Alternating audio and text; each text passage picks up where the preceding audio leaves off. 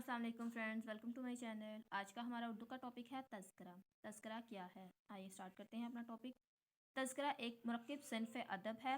اصطلاحاً اس لفظ کا اطلاق اس کتاب پر ہوتا ہے جس میں شعراء کے مختصر احوال اور ان کا منتخب کلام درج کیا گیا ہو۔ علاوہ ازیں شعراء کے کلام پر مختصر الفاظ میں تنقیدی رائے بھی دی گئی ہو۔ سب سے پہلے شعراء کے حالات میں جو تذکرہ لکھا گیا وہ سرزمین ملتان میں لباب الالباب کے نام سے اوفی نے لکھا۔ یہ روایت آئندہ زمانے میں بھی ایران سے زیادہ ہندوستان میں برقرار رہی اور عہد مغلیہ میں زبان فارسی میں کچھ اہم تذکرے لکھے گئے۔ طبقات اکبری اور منتخب التواریخ وغیرہ میں معاصرین شعراء کے مستند ترین حالات ملتے ہیں۔ تاریخوں کے علاوہ دوسرے فنون میں کتابیں بھی بحیثیت تذکرہ اہمیت رکھتی ہیں اور ان میں ہفت اقلیم کا نام سر فہرست ہے۔ آخری مغل دور میں آرزو اور خوشبو کے مستند تذکرے ملتے ہیں۔ اردو ادب کی ابتدا فارسی کے علماء اور شعراء نے کی اور اردو تذکرہ نگاری میں فارسی تذکرہ نویسوں نے شروع کی یا ان کے پیروکاروں نے اس فن کو فروغ دیا۔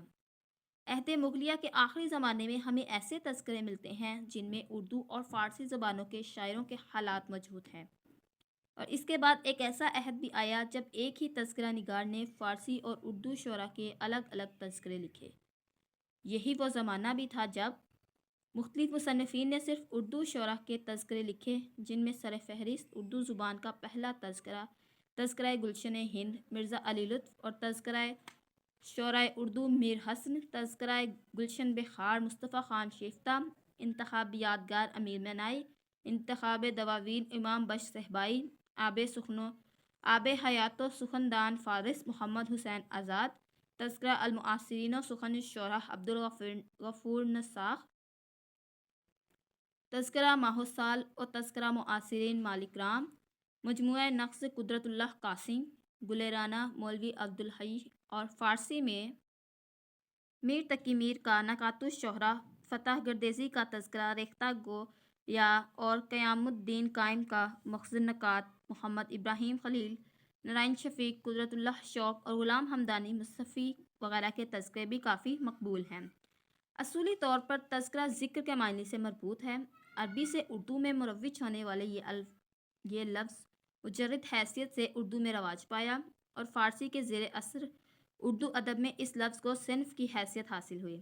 عام انداز میں تذکرہ بے معنی ذکر کے مروج ہے، لیکن اصطلاحی اعتبار سے تذکرہ متعدد اشخاص کے حالات اور کارناموں کو ایک کتاب میں جمع کرنے کی شہادت دیتا ہے۔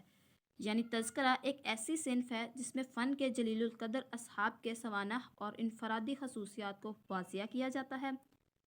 اس اعتبار سے تذکرے کا فن ایک کتاب کا محتاج ہوتا ہے، لیکن جب تک کئی اہم شخصیتوں کو مربوط نہ کیا جائے اس کی حیثیت تذکرہ نہ ہوگی۔ عام طور پر ایسی تمام تحریریں تذکرے کے ضمن میں آئیں گی جن میں ایک سے زائد شخصیات کے حالات اور کارنامے اکٹھا کر کے کتابی شکل میں جمع کر دیے ہوں۔